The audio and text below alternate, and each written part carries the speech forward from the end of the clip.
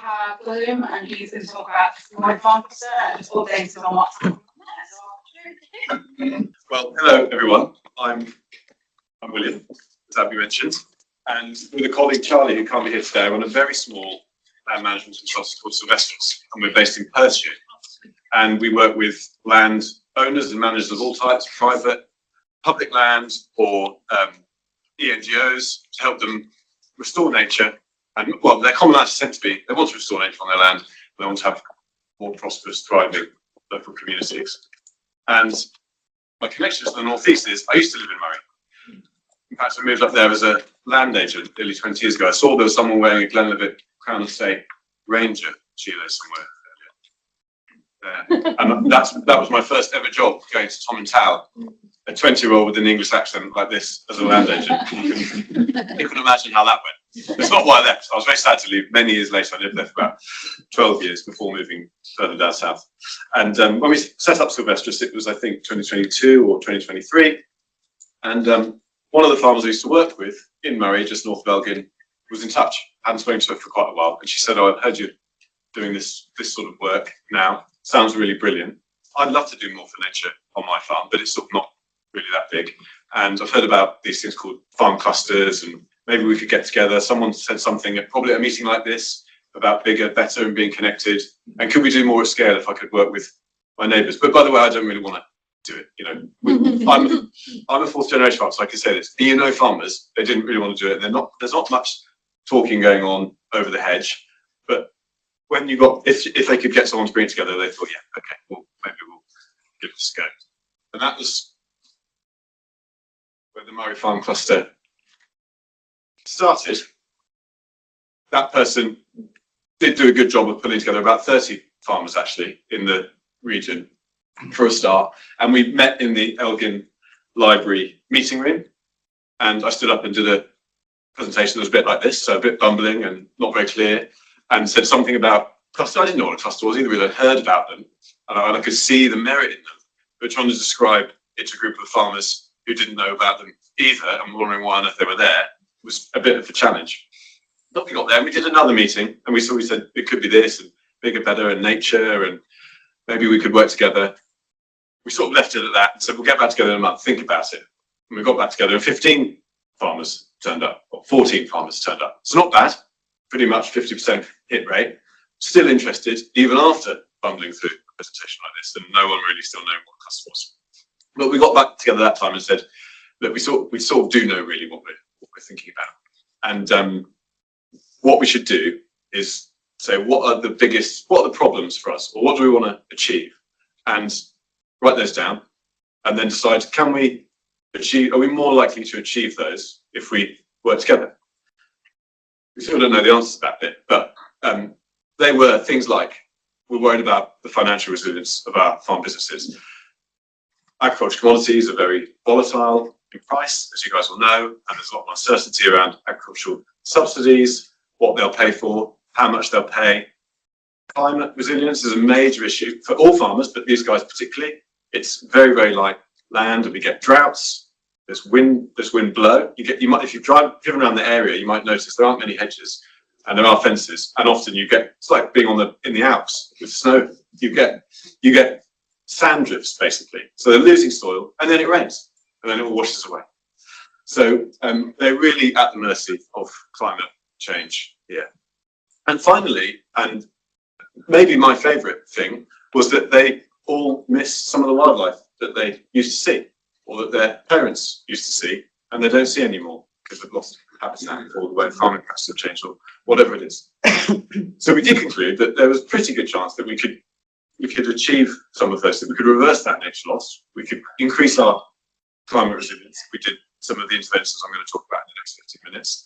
And I'll conclude on whether or not it's possible, we still don't know the answer, spoiler alert, to make their businesses more financially resilient in doing it. But that's key, because they are running businesses and the land is their asset, and we want to be able to deliver some of the things, the public goods that people need and ecosystem services that we rely on, and at least cover the cost of those.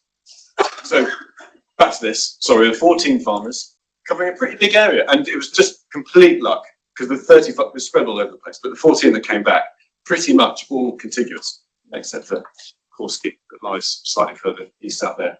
And that makes all of those things that I've just described a lot more viable, a lot more likely. So that was exciting, covering a big area. But we were still sort of at sea of it, so we had this sort of great idea, and we haven't got any money, and we don't know, other than like we've called ourselves a cluster, we haven't got any ways of working, or we don't know how we make decisions. We've got these kind of broad objectives, and we went off to the Hans Lyons Environment Foundation. I don't know if you guys work with them. They're amazing charity. They give relatively small grants. This one was £15,000, but what is so amazing is it wasn't really prescriptive at all. They took a big punt on us because it sounded like this.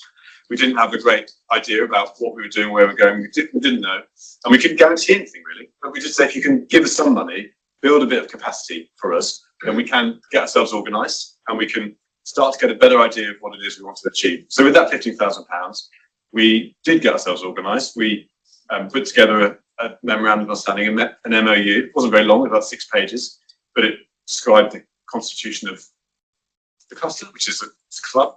It's not a legal entity. I'll come on to that too.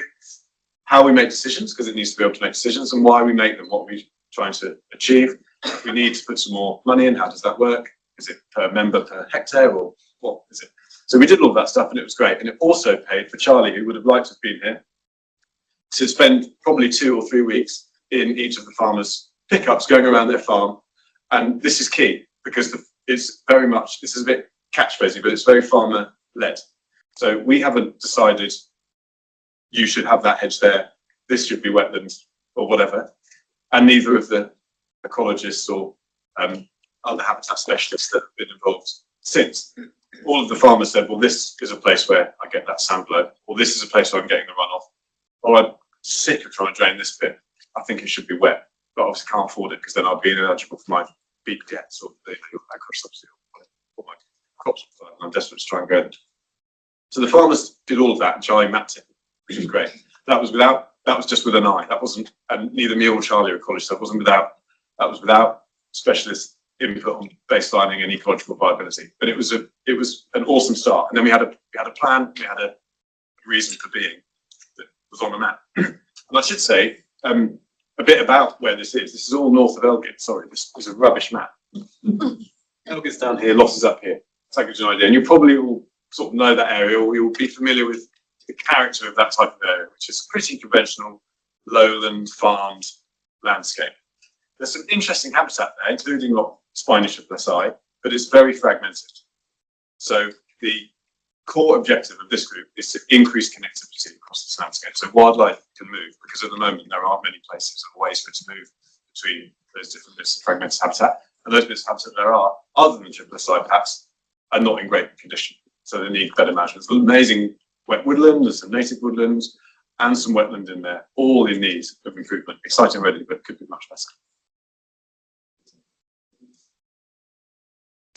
And I've just met in person for the first time our wonderful Nature Restoration Fund funding officer, Gillian, because the next thing we did with that information, this was why. Yeah, can you go back behind the mic, because this thing's going mad again above us.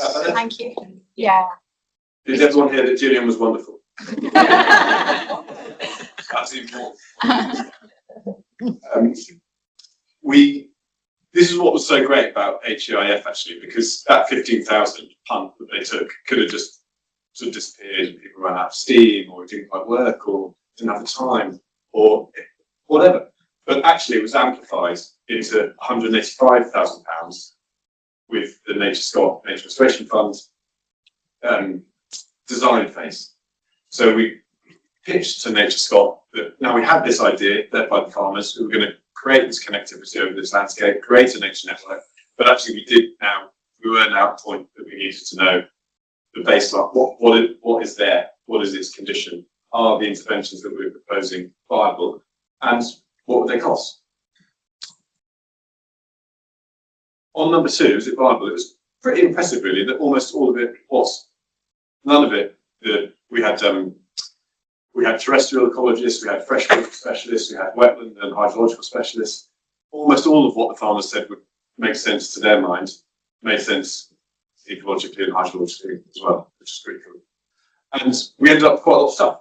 So 60 odd, 64 kilometres of linear habitat, a bit jargony, that's big messy hedges and tree avenues, and about 250 hectares of area-based habitat, new native woodlands, wet woodlands to be restored, improved wetlands, new wetlands.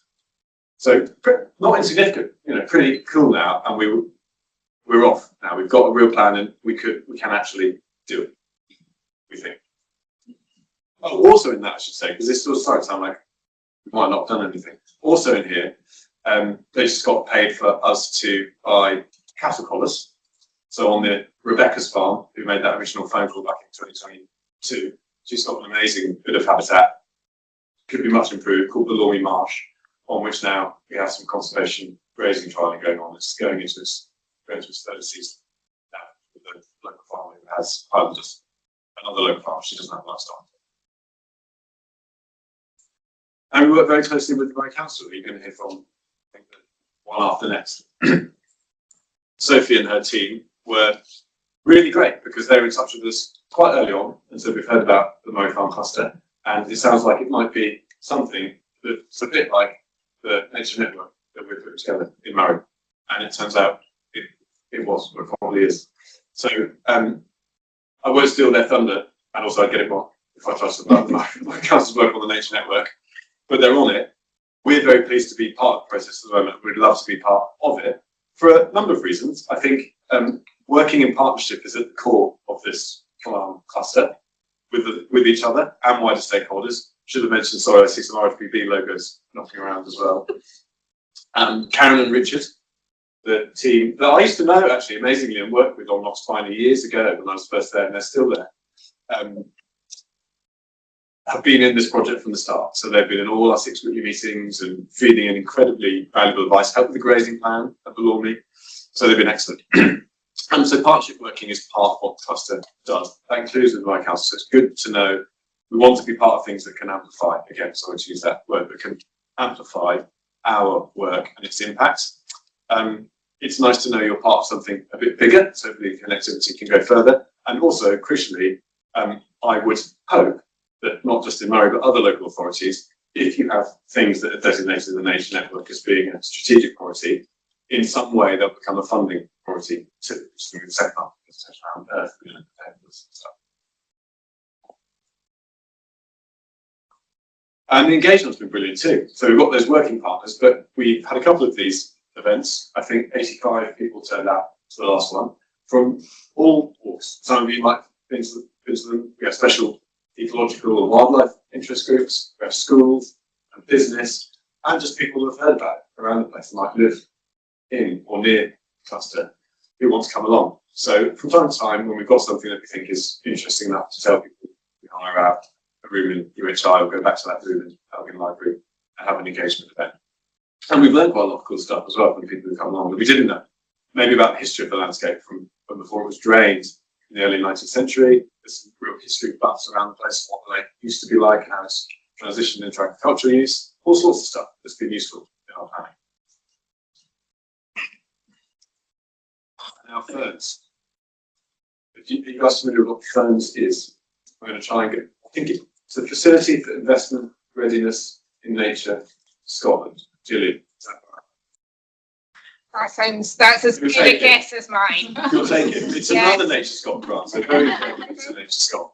Because we've done all that and we're coming to the end of that process under the Nature Restoration Fund, which had gotten everyone very excited. It's got a bit more boring now, to be honest. It was very exciting then because there were people crawling out over the land, farmers were going out to see people, and they were talking about soil and the woodland, and it was just cool, it felt like things were happening. And then as it started to come to an end last summer, the reality kicked in that we were going to have to find some money to pay for this. And we felt at the time we had 2 options. And one was go back into the Nature Restoration Fund, which is part of its, the design phases being is that hopefully then those projects can come through and be deliverable. We apply for capital grant, and they're very good. And we've done some of those elsewhere. But these farmers, I've spoken about business. This is mostly around land use change. So this is land that's currently producing to a greater or lesser extent and is part of their agricultural subsidy payments, changing its use to just be space for nature. So there's a cost, so there's an opportunity cost to that for the farmers. And for that reason, the Nature Restoration Fund, which is a capital grant, I will pay for everything, which is wicked, doesn't generate you much more funding after that. 2 minutes, this sounds very rushed.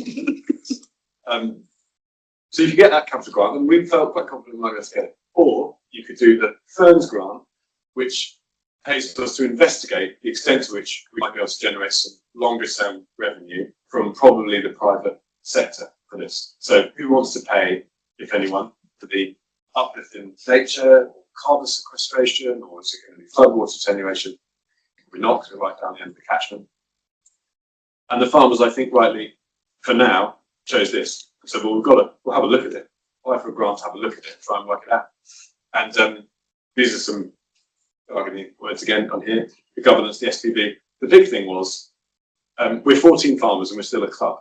So if we're going to go out and do this kind of maybe complex contracting with people who buy these ecosystem services for biodiversity or whatever it is, we need to be a bit more efficient and effective in that, which means creating one entity of whatever type could be a company. We now know it's a particular type called a limited liability partnership, but we've been going through all that over the last few months. So if someone comes along to us, like a house builder, biodiversity enhancement under National Planning Framework 4 or SSE, who are bringing through infrastructure, and have 10% net gain requirement, we're one entity that can do one contract, not 14 or 7 or 8 different contracts, and everyone's behaving a bit differently and wants a bit of a different thing. We speak with one legal voice. Probably 1 minute now, less. Probably really quick. This is more boring. This is more boring. It's going to cost nearly £5.5 million to do this, and that is before that's doing all the habitat work and then maintaining it for 30 years. Because one of the things that also get lost is, you guys know well, we do all this stuff, particularly in the farming sector often because the grant pays us to do it, and then maybe if you're lucky, maybe 5 years maintenance, and then it sort of tails off. So we said we're going to do this, we need to do it for 30 years as a minimum. So that's those costs are in there. But there's no opportunity cost to the farmer in that. So that's just the cost. That's no income to the farmer or reflection that they're doing their capital, i.e. their land, into the project. And then we use this thing, this is the last one I promised. We use this thing called the metric, biodiversity net gain metric, which some of you might have heard of. In England, they use it in the planning system for their biodiversity net gain policy. And it's a thing that uses habitat as a proxy for biodiversity. So it says how much of this habitat we got, how distinctive is it to the area, and what conditions it is, and you get a score. And we got a really high score, which is amazing, 1,132. No one wants to buy them, but we've got loads of, or we might do if we did this work. And we're still working on who might want to buy them, because England has introduced policy, it's mandatory. So you do have to, if you're a planner, if you're a developer getting planning permission and it's of a sufficient scale, you are obliged to measure how much biodiversity through this habitat measurer that you're displacing, and then either on site or somewhere else, somewhere else would be the Moray farm cluster bit, you have to pay for that work to be done, plus 10%. Using the same calculator. So yeah, you can see I've got quite a lot of those. Last slide, which is a bit self-explanatory. If we could sell them all, to pay for the cost, we'd have to sell them for about £5,000. Very unlikely, because the average transaction size in England is 20. So if you've got 1,000, you're doing quite a lot of transactions. But we are in Moray, and Elgin is growing fast, and SSE and other infrastructure is coming through and near to the area. There are also distilleries and other cooperatives who expressed a lot of interest in what Cluster's doing and want to support it. So while these are big numbers, and you have to sell a lot of these units for which there's not currently really a market in Scotland, or if we didn't sell very many, you'd have to sell them for a lot. You can see at the bottom, we thought, well, what if we could sell 10%? We still want to pay for all the work. You have to sell them for nearly £50,000. We're working through that at the moment, and I will wrap up my presentation. All right. Thank you, guys. Sorry, that was a bit. It's a very interesting subject. So are you sticking around for the break? Yeah. So if you want to talk to him more, I'm sure he won't mind. So quickly moving on to Colin, who's going to talk about their scheme with students. SRUC. Right. Good afternoon, everybody. Slightly different start. If you're able to, could I ask you all to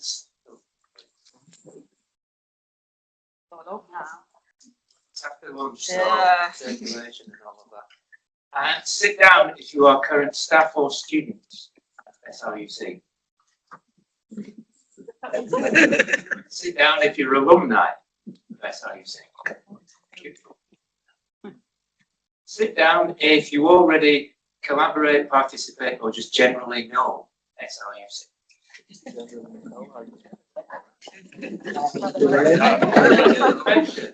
My job here is almost done. Thank you. Given me great purpose, you miss it. I'm Colin Hardarce. There goes the wanderlust. I'm Colin Hardarce. I'm a lecturer at SRUC in Aberdeen. We're based at Cranston campus, which is near the airport. Why am I here? We do have, as you've just seen, quite visually, we have quite a lot of established connections, and we love to make more as we're going on. Between what we do, the learning as well as and teaching, as well as the research that's going on at SRUC. And a common problem that I faced when I first joined the organisation about 11 years ago, 10 years ago, something like that. We had a perception problem. People just didn't know who we are, or they thought we were the wrong something, i.e. the agri college. We're much more than that now. We're land-based, so we cover a range of subjects, of which one is wildlife and conservation management. Hence the branding here. So yes, what I want to talk about today is basically some of the ways that we've already made connections to enable our students who are coming through at undergrad and postgrad to gain as many different experiences, knowledge, training and networking opportunities as possible to make things happen and to bring the learning to life a little bit. Okay, is where I'm coming from on all of this. Yes, looking around the room, I chose sartorially, quite correct today. I decided to go against the uniform of blue and green. I'm representing the heather. Or if you want the scabious, wherever you put the emphasis. All that good stuff. Right, so on with the show. That's already begun. Title. Yeah, I had to come up with a title. It's long, but hopefully it explains things a little bit. Green Jobs for Nature and developing industry-ready graduates. This is something we like to declare we do during our recruitment, our open events and things like that, but also public facing. This is what we're trying to do. So employers in the room, our students are waiting. They will come and approach you. We encourage them to be proactive in a very annoying way. Sorry about that. Not sorry. But they will approach you and they will come looking for jobs, and they do have skills, actual competency and training, as well as learning throughout what we do. And that's the main crux of what I'm here to talk about this afternoon. So get on and talk about it, Colin. What do the students get from what we do? All of our courses, the Wildlife and Conservation Management Programme, the undergrad and postgrad, we use a lot of field trips and site visits. These are not just to augment what we cover, the theory side of things. Sometimes this is how we deliver what we deliver. That's where the learning is, because that's where it's happening. And as I'm sure I don't need to tell anybody in this room, there's no one size fits all, there's no perfect way of this is how it always works. So we'd like to see a range of different places tackling similar problems, but having to do it in different ways for brackets, factors. And give them that sort of understanding and appreciation of what's going on. So what we're trying to do is connect their knowledge with practice right from the get-go. As a result of this, they get a lot of other additionals, I suppose. This is a very old terminology from the schemes. But they get not just the context, seeing how the theory that they're learning actually applies out there, but also some practical skills. They get to do things. They actually get to do it, which is a great thing. We often get asked about recruitment is how much Practical is that? Well, there's a lot at the start, and as you go up the degree, obviously it reduces. The emphasis goes a little bit more towards the theoretical. As a result, they have loggable experience for CVs, for applications. They have volunteer hours that I'll get onto how that works in a moment with a few of the examples. Don't worry, the picture slides are coming, the words Louise. Also, connections, making actual connections with you guys and you guys to them. So the networking, start that. We encourage them to ask questions about opportunities for what I've talked today about volunteering. We ask them to be proactive and say, what volunteering do you do? Do you have internships, placements, seasonal jobs, that sort of thing? And as well as that, what they also get is an indication of what jobs are out there and what it might be that they're actually looking to do. Because they start, I'm saying this as somebody who went through SRUC at Cranston, doing the precursor degree for the one I teach now. You start with one idea, and invariably, as you go on and you learn more about what's actually happening and the wealth, the variety of ways you can make a difference and make things happen, it changes. Okay. All I wanted to be was a ranger. I achieved that for a short period, and now I'm a teacher. That's right. Okay. This changes as you grow and develop and through talking with different people. And of course, getting outside, because who here got out at lunch? Who here wanted to get out at lunch but didn't? Yeah, there we go. Yeah, exactly. We all want to be outside. Many of us have chosen a job that takes us there, some way, shape, or form. So, me too. So any excuse to get outside, we go outside. So that's from the student side of things. What about the partners? What about the people we visit? You get to connect with the next people, the succession that's coming through, whatever age they are, whatever niche they're following or trying to carve for themselves. You get to contribute to their professional training. We may run actual assessments, which means they're going to be having to establish quadrats and do surveys. Or do sampling and analysis with you, all of that good stuff. So basically, the old terminology, KT&E, knowledge transfer and exchange, keeping you abreast of what the theory is, because their job is to read all the papers, and you can apply them for that and get a synopsis of the latest reviews, if you will, or what's the prevailing theory on this, as well as what you're already doing for yourselves. I recognise you're all very busy people, and it's not possible to read as much as you may be used to when you were coming through academia. So do it vicariously through our students is one way that we can do that. Hello. This has happened a couple of times. There's a magic button somewhere. Oh, connection. Yeah. Ironically, connection. In real practical ways, we can help advance management actions that are on management plans. As I said, the key is for the students to actually do stuff and progress towards your objectives, and it can maybe help you in recruitment in different ways. I'll talk about that as I get into the examples. So let's get into the examples. Keep talking about it. So first off, going back, and I've taken a quick look back over my tenure so far. Specifically ones that I know. So early doors with my colleague Nikki, we had study tours, 2 years, 2017 and 2018, I think it was, out to Mar Lodge with the National Trust. Things that we did there, as you can see, ring barking. We did some habitat management, I think. We did bat surveys, we did camera trapping, we did moth surveys. And as you can see on the big picture, we ran transects and did vegetation surveys as well. All in an awesome setting. We bagged some extra records, still here, but we bagged some extra records, including a hen harrier on one of them, which the students who weren't excited, we told them why they should be excited. And so any data that came from it was all given back. So it's kind of like citizen science before citizen science really kicked in. Is where we were going with that. Thank you very much. So moving on, move on. 2019, very fortunate enough to be working with Georgia. Was a seasonal ranger at that point, but now she's permanent. She's excellent, really good, nice story. We met Georgia one summer, came back with a group, and we worked with her one afternoon at Balmoral, doing some brush clearance, but also hibernacular creation out of the brush is what we did. So she was able to impart to them the science behind what we were doing, and it all looks rough and ready, but doesn't it generally look a bit rough and ready, and you need to explain it to everybody in the public? So again, we're telling the students, this is the science in action. This is science. It isn't always in the lab. It isn't always pristine. In fact, it really shouldn't be sometimes. It should be quite the opposite of that.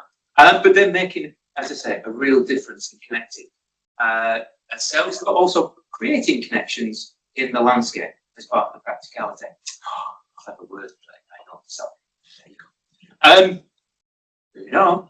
Thank you. More recently, we've moved into working substantially repetitively with partners. So for 3 years, we worked with the with Woodland Trust of Scotland, but then with it all melded, helping the site manager there, Ross Watson. We did a series of things. Some was access improvements. Others, more substantially, was replanting after major storm damage. They extracted all the stuff that they needed to extract, but left a load of brush. And what you can see in quite a lot of these pictures, they've seen it work before. Sorry, I'm going to step away. These ones in particular, those ones in particular, we were helping set up an experiment that the Woodland Trust was doing with a deer deterrent. That's the word I'm stretching for. A deer deterrent tricol. And he had all sorts of replica scenarios set up of corrals with fencing and corrals with just brush and all of that good stuff. So we helped set all of that up, which helped the students then see how to set up a replicate trial and an experiment with different plots. So they didn't just get to do the practical work, they also got to see the science in action, and that it happens at every level, which was great. And most recently, Simon, where are you? There he is. I didn't try and die, but been working with Simon and his team. A mixture of predominantly at Elric Hill for the pine reforesting project that's there. But if anybody's familiar with the project, the saplings come from a couple of sources, some from Teca, but a large amount come from the Hardarce, where they're growing where they're not wanted. So right tree, wrong place. So they're taken to the right place for the restoration there. And the students have been out for, I think, 3 consecutive years now. We've been working on that, something like that, planted in the region of 900 to 1,000 trees, or transplanted, something like that, to help with the reforesting. Hopefully making a difference, as I say. They can come back in 5, 10, whatever years. I did that. They've got that connection to the landscape. They can see that they're making a real difference. But they've also got the connections with people that they're working with, the locations, the appreciation of why is Scots pine not welcome here? Well, it's not that it's not welcome in Perth, it's not welcome on the tracks. The tracks need to be clear for the access, but they're perfectly usable. And when Simon and I realised this could be possible at a Nesbitt meeting, that connection pour out into this and more volunteer hours, as I say, and getting the work going. So.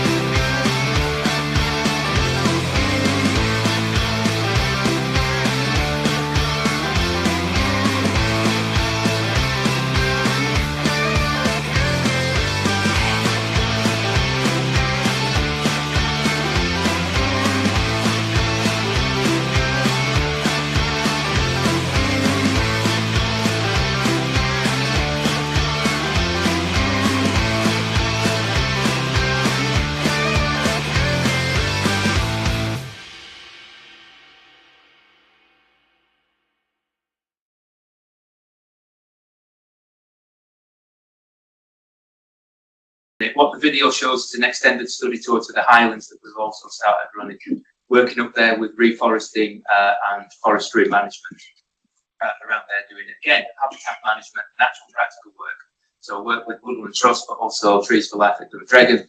And on this particular one, we went to Unlight Estate, but we've also gone to like Glen Afric, places like that, showing them why reminding them why they're studying what they're studying, what the opportunities are, but likewise trying to raise awareness of who we are. And the SRUC, Scotland's Rural College, is here for you to use. You're all wanting volunteers, knock on our doors. Myself and my colleague Nick are here for the rest of the afternoon.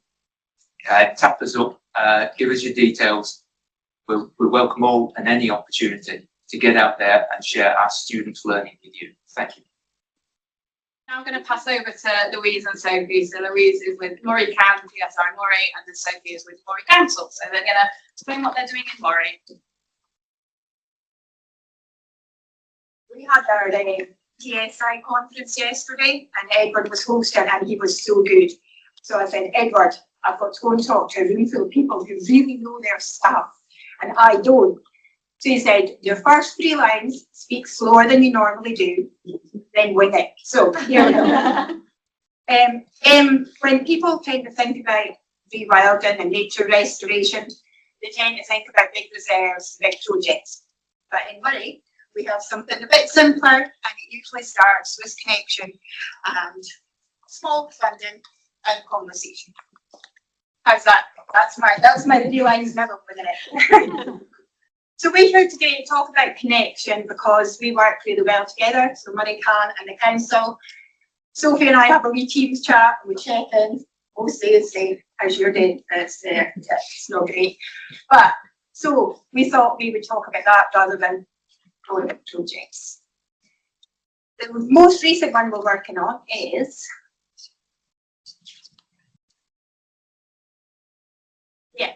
so somebody phoned from we funded tree grafting, that's how it started. We gave this guy funding for tree grafting.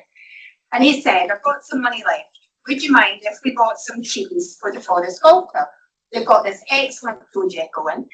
They are working with Erskine, with schools, local volunteers, and adults with learning difficulties. And they're planting some trees.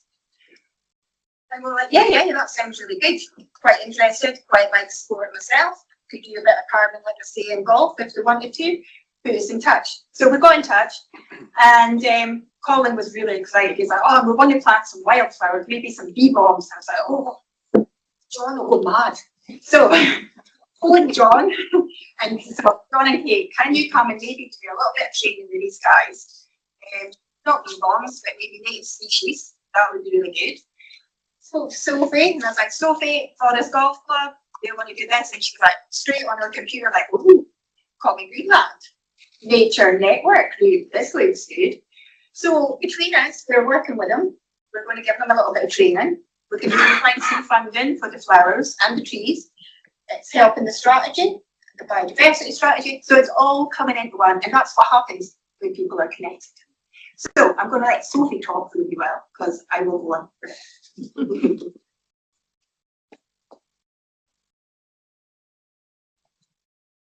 Thank you. Yeah, thanks, Louise, and thanks for having us here.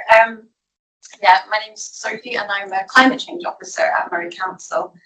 My job is mainly around biodiversity and the Nature Restoration Fund, but we work with Louise really closely on climate change. Yeah, everything climate change really. So yeah, Louise is going to tell you a bit more after me about what's happening with communities. But I thought I would share some of what I've learned about delivering biodiversity enhancements at Moray Council. Yeah, just I thought you might be interested in to see how the council's investing our nature funding and how we make it stretch a little bit. But it has been a real challenge. I would say there's been tears getting to grips with council procurement systems. It's been a big issue. But there's also a lot of really proud moments watching things grow and watching people connect to the spaces that I've really grown to love that the council looks after. So all local authorities in Scotland have, for the last 5 years, received a direct grant from the Scottish Government called the Edinburgh Process of the Nature Restoration Fund. So we didn't need to apply for it. And with increasingly tight council budgets and very difficult decisions that councillors have to make around which council activities to prioritise, the Nature Restoration Fund has been an absolute lifeline for the council, enabling us to deliver biodiversity projects that simply otherwise wouldn't have happened at all. So we have funds, so just to start with, we funded 3 management plans for nature sites that the council looks after. There's two woodlands and an urban wetlands. And so we did, sort of some initial big bits of restoration work with contractors. But after a couple of years of that, we discovered that we wanted to, we learned really to put people, well-being and skills development at the centre of it. We really wanted to wrap up all of those different benefits rather than just pouring money into just getting stuff in the ground. So we shifted towards spending a similar amount of money actually on enabling environmental education charities to do a lot of the work with volunteers and school children instead. And at the same time, we've been developing the Moray Nature Network, which William and Louise, I don't know if Louise mentioned it, but William mentioned that. Essentially, the Nature Network is a plan for all councils and national parks. We're all required to produce these strategic plans, essentially, that will support nature restoration in line with Scottish Government goals. And I didn't manage to get a QR code on the slide, but I will stick this bit of paper down at the front there, which has the QR code to our spatial map. So if you want to say it, down the front. So yes, on the face of it, it's a spatial map. You can see it in the background there, showing how we want, aspirational connectivity for nature, but it's also about connecting people as much as the actual nature itself. So we have a core group that sit behind the Nature Network, helping to guide the decisions. And we've got community representatives on that. So MorayCAN, the joint community councils, and some landscape scale nature restoration charities. And then alongside that, we're making contact with projects that are already delivering in the Nature Network, which is, it's early days still, but the Moray Farm Cluster is a really good example of that, where we've made good conversations already. The council's already starting to deliver the Nature Network on our own land as well, and Elgin Oakwood is a particularly important site for us to invest any funding we have. Because part of the Elgin Oakwood is a protected site, and nature networks are aiming to connect up protected sites with each other. The Oakwood also hugs the edge of Elgin, so it's a really important hub for the community. So in the spirit of connecting people to nature, we've made sure that the conservation activities that we're carrying out at the Oakwood and the other sites have been involving volunteers and school groups wherever we've been able to. Another area we've been investing in the Nature Restoration Fund in is wildflowers and living lawns. Grass is an endlessly conflicting subject for councils. We have people on one side saying mow less, just make more space for nature, and then we've got a lot of loud voices on the other side saying keep it tidy. We don't want it, we don't want it to look messy. So I've had to do a steep learning curve listening to both sides of the arguments, and despite my wish that mowing less would save money, that's not what's happened. That's not necessarily true. So the Nature Restoration Fund has been essential for us to be able to expand and improve our wildflower and living lawn programme. So over the last few years that we've been using the fund to invest in it, we've been learning a lot about how important it is to source locally native plants and seeds, choosing perennials over annuals to make it more sustainable in the long term and reduce maintenance. And we're just starting now also to improve our monitoring of the sites so we can actually improve management. One really surprising thing that I've learned is that spending money takes an awful lot of time, or at least to spend it well takes a lot of time. And I'm happy to say that the most recent Nature Restoration Fund grants actually allowed us to create fixed term posts to support our team with this. So Jack is here with me today, and he's just recently joined our team to help make a lot more really good stuff happen that otherwise has been a real struggle because I'm a climate change officer. So it's, yeah, there's lots in my role beyond just spending the Nature Restoration Fund money. Yes, and that means that we'll be able to bring people along with us in a much more, yeah, quality way than we have been up until now. So what? Yeah, on the time consuming bit, I also learned that administering grants is very, very time consuming. And it's also hard to track the biodiversity impact if you haven't got the results as well. So in the first year, we gave small grants to schools in Moray, but we found that such a challenge, such a burden on our team that we had to stop doing it for a couple of years. So now what we've done is we've developed a wider project, and we're working in collaboration with 2 local environmental education charities, bringing climate learning and nature connection together. So what we're doing is we're using part of part of that project is using Nature Restoration Fund money to go in after we've done some learning with schools to actually invest in improving school grounds so that they're more resilient to climate impacts as well as having more biodiversity. And very happy, we've also found other solutions for getting money into communities. So we have given grants to the Scottish Invasive Species Initiative every year through our 2 local rivers trusts, and that's supported them with volunteer recruitment and training. And as we don't have enough money to, if we don't have enough staff at the council to run a community grant scheme ourselves, we've been able to boost MorayCAN's funding for projects specifically for nature. So I'll let Louise talk about it. Thank you. We're very grateful to get the money from Money Council because we have already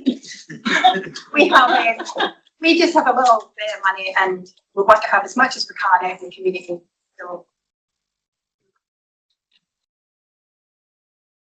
So here's some of the projects that we have delivered through the Nature Restoration Fund.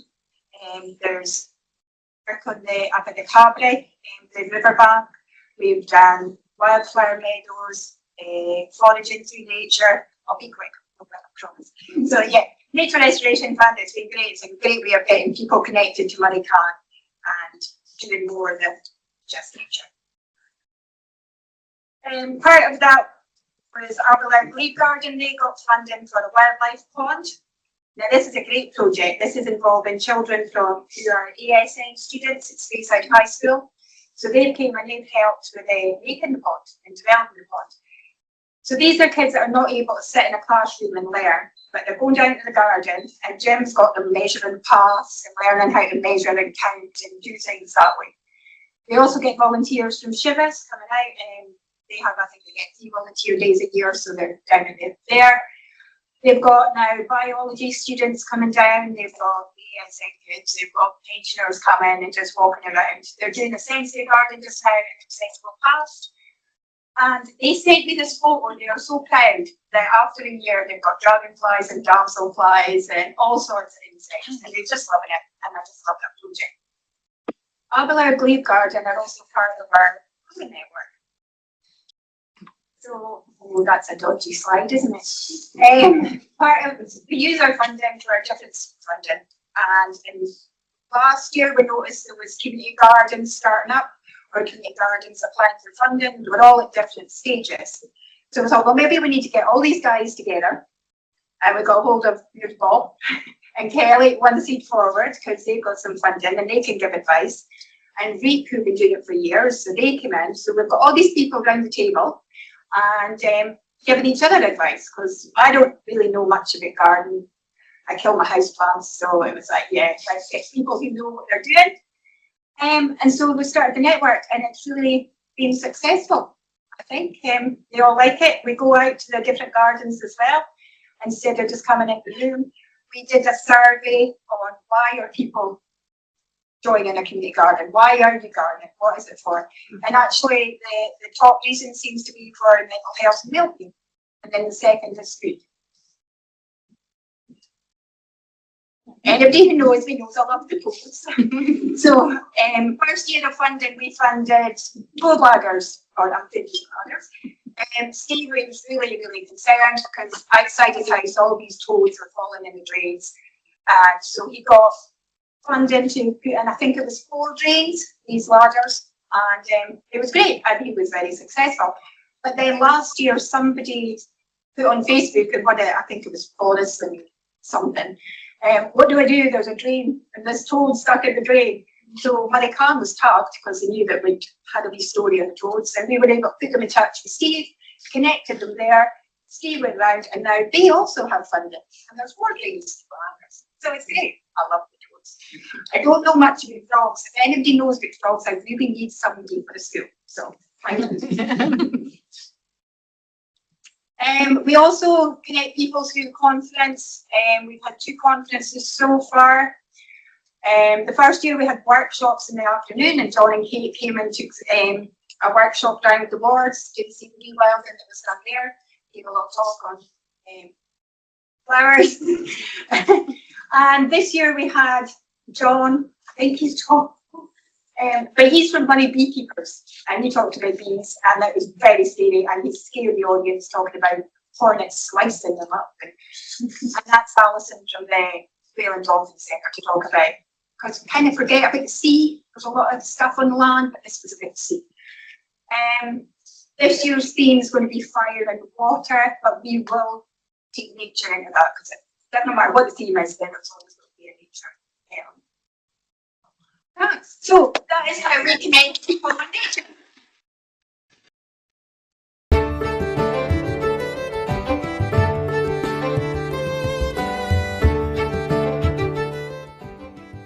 The United Kingdom is in the bottom 10% of nature entanglement rates. That's a horrifying figure. Scotland, to be honest with you, is becoming a bit of a scrap heap. We've abused our planet, it doesn't deserve us, we put it through hell basically. But it's not too late. I know you've heard it before, but if we act now, we really can save our poor planet. Our planet and country are just a fraction of what they could be and once were. For example, the wolves you see here in this video used to thrive in Scotland, and they could be reintroduced rather than just being here in the Highland Wildlife Park. This would help to make Scotland a more majestic and beautiful place, and they would reduce deer numbers, helping small cheese to flourish, creating carbon sinks. Geez, talk about killing 2 birds with 1 stone, absolutely amazing. Or these lynx, who would also help to create carbon sinks and would work as a team with the wolves to reduce deer numbers, also creating these beautiful carbon sinks. Also, getting a bit off topic, but just imagine seeing one of these amazing lynx in the wild. It would be awesome, and seeing them would reassure you that more and more carbon sinks are being created by the minute, making the lynx and wolf very worthwhile. Last, but definitely not least, these beavers. I mean, I don't even know where to start. There's so much to talk about, so I'll start with our dams. This, in actual fact, starts a chain reaction, as when salmon swim back upriver, they need a nice, cool, shady place to lay their young. And these dams provide the perfect conditions, and this creates a healthy ecosystem. And as we always say, a healthy ecosystem means a healthy planet.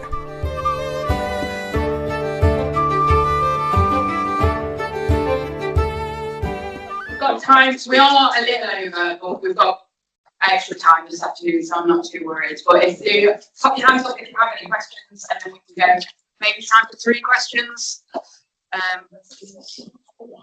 Where are we going? Who went on? I think this lady in the purple joins first. And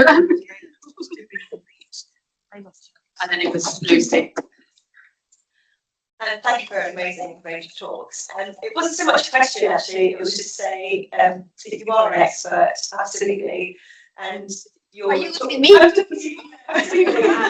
Because I think there's a tendency to be a little bit intimidated, because you said about talking about just group people, but clearly your skills in communicating and bringing groups of people together to care about that in the world are amazing. So thank you very much.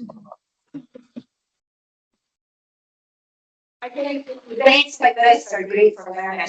I was talking to somebody last week, and they were wanting to plant flowers, and they were saying there's a grassy area, and I was like, oh, you want to plant some yellow rattle? I was like, oh, how do you do that? Good job.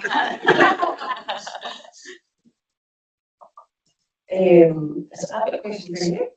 The biodiversity units. So you mentioned that your business plan is to have units for sale from these 14 farms, right?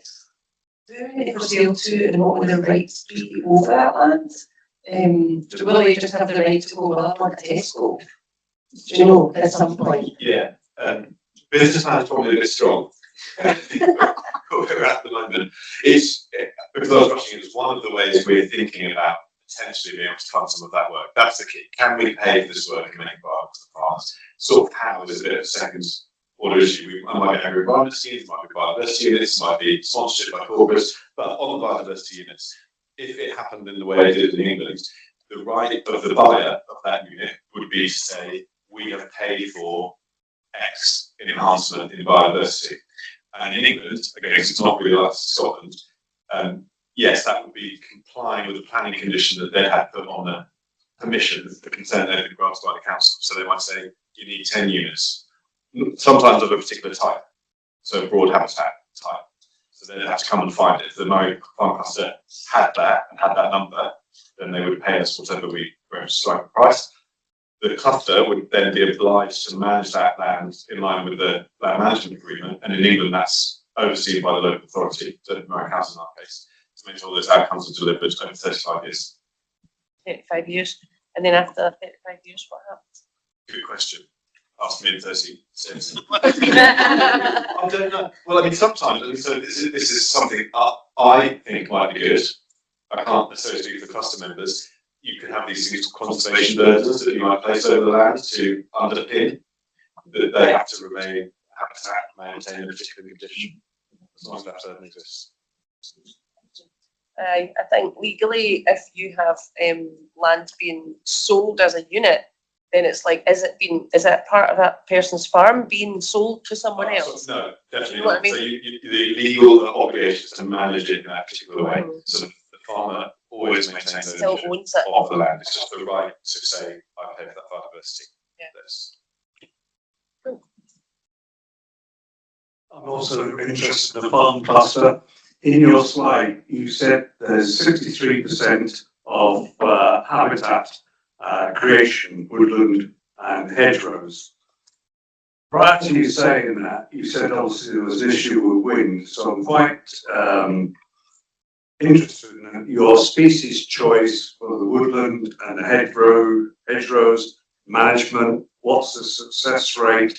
What do you think is acceptable? What's a failure? So it's more the management and the choice of species. Thank you. Thank you. A bit on my Ken, I'm afraid, probably that one. It would be the range of species I think you probably expect in that landscape. And I think if the suggestion is it's quite hard to get some of those established in these wind-blown, quite wide open landscapes, it will be, definitely. So I think we'd accept a relatively high mortality rate. Probably just have a high stocking rate over a wide area. You know, you see the exact environment quite thin, boxed in, tightly fenced hedges. So not a great outfield, I'm afraid, but they'd be wide, highly stocked, would have to accept some losses because that's where we are. Does anyone have a question for Colin? I feel like he's a 7. I'm with that. This will be the last question, so we're going to keep on time. Hi, Colin. It was a bit of a question, but a bit of an observation as well. Like my journey into conservation, when I was at school, I didn't know you could have a job chasing insects in the forest. You know, I didn't know that was a thing. So when I went to university, I did biochemistry, and because I liked science, and I thought that was what I had to do because I like science. And since moving up here and being involved in the sector, I've noticed a lot of people coming through from SRUC who are career changers. So assuming they had similar kind of, experience of not really realising that you could do this maybe when they were younger. And so I just wondered, like, does SRUC see that, and how can you get the word out to younger people that, this is a viable career and this is something that's, important for the future? And do you do much kind of outreach to set that seed early rather than the career change and the kind of different pathways that we see, which is still valuable because obviously you come with different skills, but I think it's really important to get the word out young as well. Yeah, good question. And if anybody has the answer to that, I welcome hearing it. What we try to do, actually, I am a career changer. I was a desk jockey for most of my early career, if you will. in marketing, so I create changes to the outdoors myself. So I can empathise with quite a lot of people who come to our open days and talk about wanting to get in and a perceptive barrier that you need to be established with science and all of this. So we do welcome people from a variety of backgrounds. We can take you in, we can shape you, we can train you, we can deliver you back. Fit and ready, all the bad stuff. But yeah, our intakes vary across year groups. We have a lot of experiences, backgrounds, and ages. We often have, or we did traditionally have, quite a mix of mature career changers. Also, people who are lifelong learners, they're just doing it for the benefit of knowledge, to understand what's going on, and it will underpin their volunteer action for the start, for example. Others who are doing it for CPD. And we have straight through from school. How we reach school, or try to reach school, well, last night was one of them at Port Bethan Academy. We regularly attend career events there, advertising the various courses that SRUC runs, but certainly whenever any of the teaching staff go to these events, and we are actively encouraged to do this, because we can speak firsthand from the classroom what is it you're going to experience. We try to give them as good a sense as possible of what they're going to get, including, say, picking up the sheer amount of field trips that we do. We know we're different in that respect. From talking with colleagues elsewhere in HE, as well as students or applicants who've gone to other open events, we know we're different in terms of the amount that we do is a lot more than is common in zoology, biodiversity, conservation, biology, conservation, all of them sort of things. But that's why ours isn't, our course is labelled with the word management at the end. That's the important difference. We're trying to train somebody who's ready to manage for conservation and for wildlife, not just be an expert in certain types or follow the passion. That's fine if you do, and we encourage that through dissertations and volunteer work, seasonal work. But what we're trying to deliver is somebody who's a bit more ready for the realities of work. Unfortunately, it's not about going into the hills with your rucksack on and your book pop and quadrat, you string quadrat in your bag all day.